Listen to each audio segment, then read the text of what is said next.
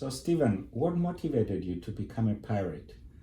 Well, it was actually when I came to NASA, I wanted to be on the deck of the Starship Enterprise. When I came to NASA, it was Star Trek that got me here. And so my initial role here at NASA was to bring new technology into mission control. And when I got there, mission control still looked like what it did back when we landed on the moon in the 1960s. And I arrived at NASA in 1988.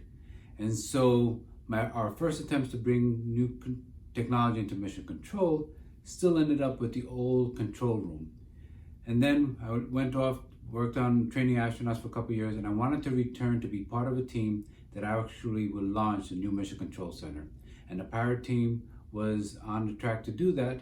And at the end of the day, when we finished that project, the local newspaper compared the final result to the deck of the Starship Enterprise. So my dream and my hope was achieved through being part of the Pirate team.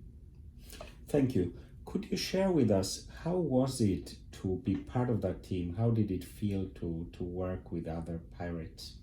It was an insane time. It was because when I first started at NASA, I was introduced to the traditional waterfall methodology of being able to bring new capabilities into mission control.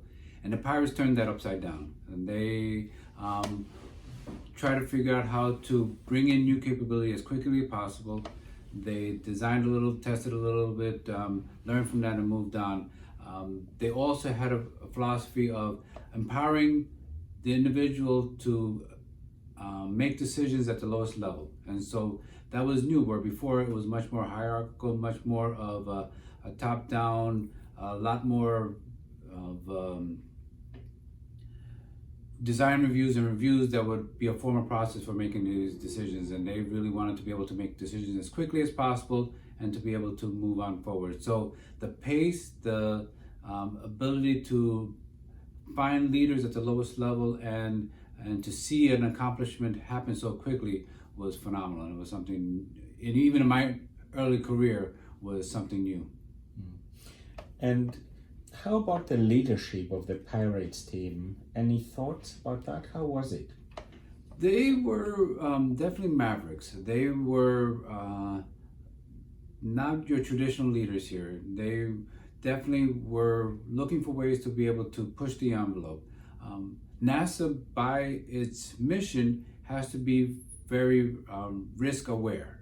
Has to be able to make sure that we ensure the safety of our astronauts, ensure the safe return of our friends from space. And so the traditional leadership here is very much focused on that. They understood that what they were trying to create and the time frame and the speed required a different leadership that allowed for accepting more risk. And they also empowered. They tried to remove many layers of leadership and a lot of the hierarchy that we used to have.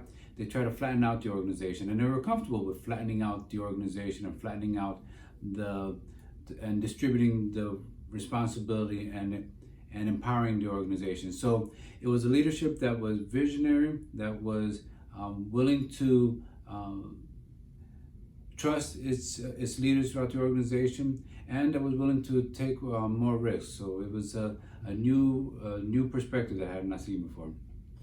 And it's interesting that when we think of leadership, normally we think of top-down, but this was leadership that emerged from the lower levels, so that was distributed in the organization. Any thoughts on that? It was distributed and it was provided top cover. So there's two parts to that, in that the Pirates were able to do what they did because they had the support of the director at the time, of Gene Kranz. If they were trying to break down an old paradigm of a development organization and an operations organization, where the original paradigm was that the development organization would get requirements from the users and then implement those requirements. The Pirates tore down that barrier so that the users and the developers were working side by side, hand in hand, in order to develop capability. In order to push that paradigm, in order to engage the flight controllers in the process of developing and creating mission control, it was pushing against a lot of the leadership that thought that flight controllers should just focus on the mission. And so because they were pushing new paradigms, breaking down walls, They were at a lower level in the organization. They needed the top cover. So it is their emergent leadership as well as a top cover that allowed them to be successful.